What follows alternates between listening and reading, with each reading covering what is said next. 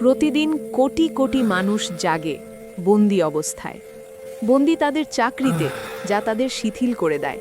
বন্দি তাদের দৈনন্দিন রুটিনে, যা কোনো দিকে নিয়ে যায় না। বন্দি তাদের জীবনে, যা অসম্পূর্ণ মনে হয়।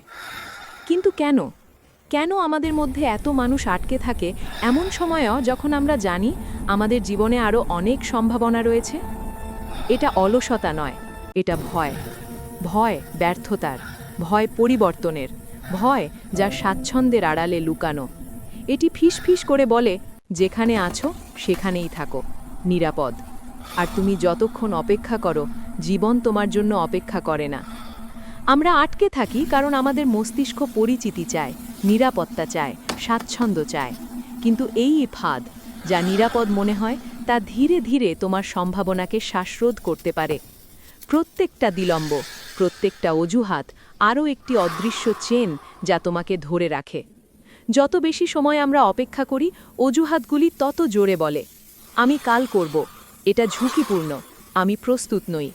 আর আমরা বুঝতে পারার আগেই বছর কেটে যায়, স্বপ্ন ম্লান হয়ে যায়, জীবন এগিয়ে চলে, আর আমরা স্থির দাঁড়িয়ে থাকি। কিন্তু যদি এই চেনগুলো কেবল বিভ্রাম হয়, কিন্তু যদি স্বাধীনতা একটি বিশাল লাভ নয়, বরং একটি ছোট সাহসী পদক্ষেপ হয়। মুক্ত হওয়া শুরু হয় চলনা দিয়ে, একটি সিদ্ধান্ত দিয়ে, একটি কাজের পদক্ষেপ দিয়ে, এমনকি যখন মন চিৎকার করে, থাকো। এটা জাদু নয়, এটা গতি। যখন তুমি সেই পদক্ষেপ নাও, সব কিছু বদলে যায়। ভয় ছোট হয়ে যায়, সম্ভাবনার দরজা খুলে যায়। যেসব দরজা অসম্ভব মনে হতো, তারা ধীরে ধীরে খোলে। ধীরে ধীরে সেই জীবন যা তুমি কল্পনা করেছিলে, তা বাস্তবে রূপ নেয়। স্বাধীনতা দেওয়া হয় না, এটি অর্জন করতে হয়। যারা স্বাচ্ছন্দ্যকে চ্যালেঞ্জ করে, যারা অনিশ্চয়তাকে গ্রহণ করে, যারা এমন জীবনযুদ্ধে লড়াই করে যা সত্যিই জীবন্ত অনুভূত হয়।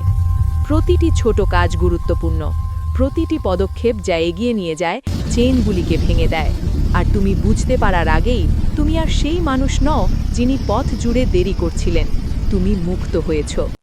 তাহলে তুমি কি আটকে থাকবে, নাকি সেই প্রথম পদক্ষেপ নেবে জীবনের দিকে, যেটি তুমি জন্মগতভাবে জীবিত হওয়ার জন্য এসেছিলে?